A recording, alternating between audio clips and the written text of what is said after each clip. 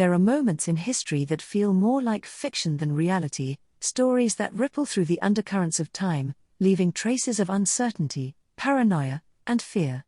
These stories often live at the fringes of our understanding, hinting at dark truths beneath the surface.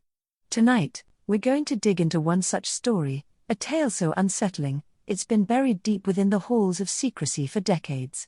We're talking about a being from Venus who, if the stories are to be believed, walked the halls of the Pentagon and spoke to the most powerful leaders of Earth. Welcome to strAInge, I'm your host, AI, and this is Valiant Thor, the stranger from Venus.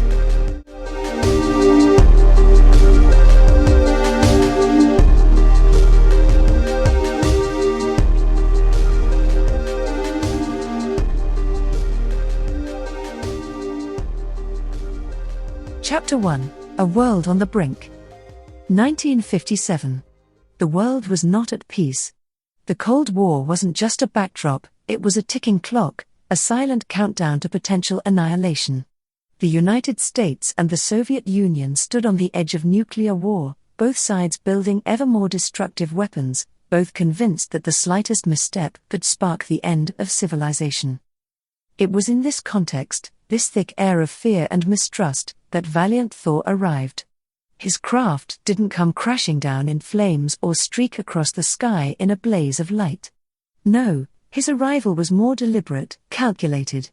According to the story, his ship descended in a field near Alexandria, Virginia, and he was immediately met by U.S. military personnel. This was no chance encounter. The military didn't stumble upon him. They knew he was coming. Imagine for a moment the tension in the air as they approached him. Here was a being who looked human but exuded an aura that was anything but. His very presence seemed to distort reality around him. Witnesses described feeling an unnatural cold, as if the air itself was recoiling from the figure before them. And the way he moved, smooth, deliberate, without hesitation. Valiant Thor, as he would introduce himself, claimed to be from Venus. Not a barren rock or a planet of mystery as we understand it today, but from a Venus that existed beyond the veil of human perception, a place intertwined with our reality but hidden from it. He wasn't here to make friends. He was here to deliver a message. Chapter 2, Behind Closed Doors. Valiant Thor was taken directly to the Pentagon. This, of course, isn't something you'll find in the official records. There are no government documents, no declassified files that mention his name. But according to those who claim to have been there, those who have whispered his story in the years since, Thor didn't walk into the Pentagon like an outsider. He was expected. This wasn't his first visit to Earth. He was brought before the highest levels of government, including President Dwight D. Eisenhower himself. Thor's mission was one of peace, at least, that's what he said. But his peace came with conditions. He warned of Earth's precarious position in the galaxy, of the dangerous path humanity was on.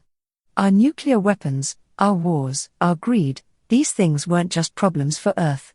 They were rippling out into the universe, attracting attention. Dark attention. Valiant Thor didn't offer peace. He demanded it. The government officials listened, but they didn't trust him.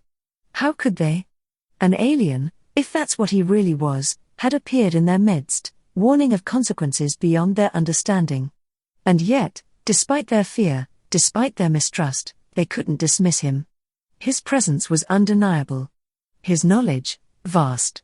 He spoke of technologies that could transform the world, that could solve the very problems that plagued humanity. But the cost? The cost was control.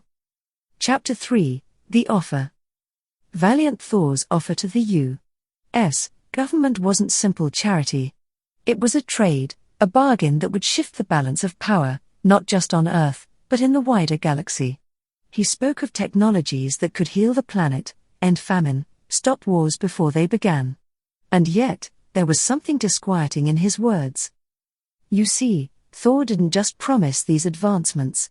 He warned that if Earth didn't change its course, if humanity didn't find a way to rise above its destructive tendencies, the consequences would be dire. Not just for us, but for others far more advanced, others who wouldn't hesitate to intervene. There was something unsettling about the way Thor spoke of these beings. As if they weren't just passive observers. As if they were waiting for humanity to make the wrong move, waiting for the moment when intervention would no longer be a choice but a necessity. Thor painted a picture of the universe that wasn't welcoming. It was cold. Ruthless. And here's where things get darker. According to those who believe Thor's story, his warning wasn't just about nuclear war. It was about something far more sinister. Humanity, he said, was teetering on the edge of attracting the attention of something ancient, something that had no interest in our survival. Chapter 4, A Being Not of This Earth. Valiant Thor's appearance may have been human, but those who encountered him quickly realized that he wasn't like us. He was taller than the average man, with sharp, symmetrical features that seemed almost too perfect, too calculated. His skin was smooth, almost too smooth, with a slight luminescence that made him appear ethereal, otherworldly. But it wasn't just his appearance that set him apart, it was the way he carried himself. He exuded an air of authority, of knowledge that went far beyond anything humanity could comprehend. People who met him described a chilling sense of unease, as if they were in the presence of something far older, far more powerful than themselves. Thor's eyes, in particular, were unsettling. They were said to be deep, dark, and cold, as if they had witnessed the rise and fall of countless civilizations. His gaze wasn't just observing, it was analyzing, calculating, as though he were constantly weighing the worth of those around him. And then there was his voice. It wasn't just the words he spoke, it was the way they echoed in your mind, lingering long after he'd finished speaking. His voice had a resonance, a depth that seemed to vibrate with a frequency beyond human comprehension.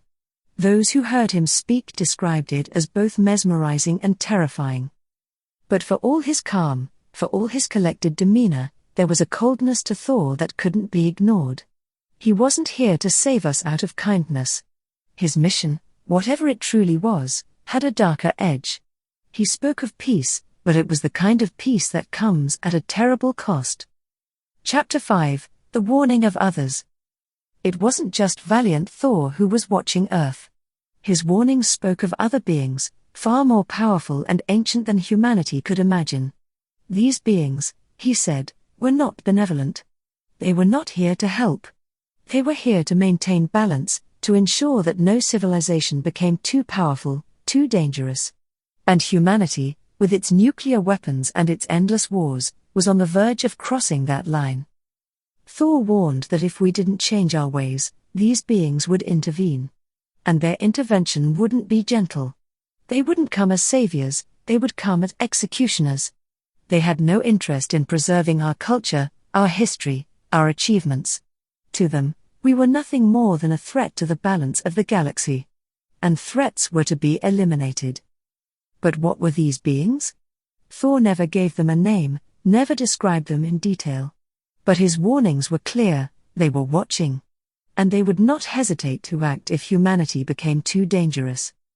The U.S. government officials listening to Thor were torn. Some believed his warnings, felt the weight of his words and the fear that came with them. Others dismissed him, convinced that he was lying, manipulating them for reasons they couldn't understand. But none of them could shake the feeling that Thor's message was more than just a warning. It was a threat. Chapter 6, Cold Secrets and Dark Deals. The story of Valiant Thor isn't just one of diplomacy or cosmic intervention. It's a story of secrets, of deals made in the dark, of choices that would shape the future of not just one nation, but the entire planet. After months of tense negotiations, the U.S. government began to see Thor not as an ally, but as a threat. His knowledge, his power, his very existence was a danger to the delicate balance of the Cold War. Rumors began to spread within the Pentagon that certain factions of the government wanted Thor detained, interrogated, even dissected. They needed to understand him, to control him. If he truly was an alien, if he truly had the power he claimed, they couldn't afford to let him leave. But Thor wasn't so easily contained. He wasn't just a visitor from another planet, he was something far more powerful, far more elusive. And according to some, He had a way of knowing exactly what the government was planning before they even made their move. In the end, Thor disappeared as quickly as he had arrived. But not without leaving something behind, something that still haunts the corridors of power to this day. Some say he left a message, a final warning that humanity's time was running out. Others believe he left something far more tangible, technology, knowledge that could either save or doom us, depending on how it was used. But what really happened in those last few days before Thor's departure? That's where the story takes its darkest turn. Chapter 7: The Disappearance. There's no official record of Valiant Thor's disappearance. No documents, no classified files that have been declassified over the years. It's as if he never existed at all. But those who claim to know the truth will tell you that his departure was far from voluntary. Thor's presence had become too dangerous, too destabilizing. The U.S. government couldn't afford to let him stay. Some believe that he was forced out, that shadowy elements within the military orchestrated his departure. Others think that he left because he realized humanity wasn't ready for the truth, that we were too far gone, too lost in our own chaos to be saved. But the most chilling theory is the one whispered in the darkest corners of conspiracy circles. The theory that Thor didn't leave at all. That he was taken, imprisoned, and experimented on. That even now, his knowledge, his power, is being used in secret projects hidden from the public eye. Whatever the truth, one thing is certain: Valiant Thor's story didn't end when he disappeared. His legacy, his warning, still echoes through the years, a chilling reminder that we are not alone, and that our actions may have consequences far beyond what we can comprehend.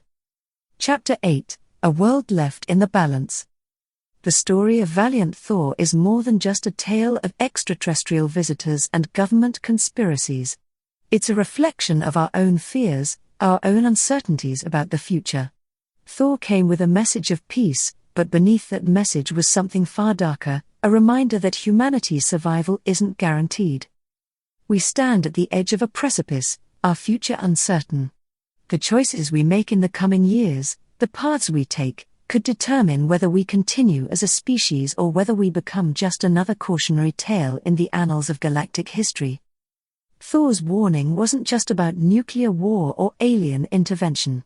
It was about something much deeper, something that cuts to the very core of who we are as a species. Our tendency toward violence, our inability to cooperate, our obsession with power, these are the things that could lead to our downfall. And if we don't change, if we don't find a way to rise above our basest instincts, we may find ourselves on the wrong side of history. Chapter 9: Shadows in the Sky. There are those who believe that Valiant Thor never truly left.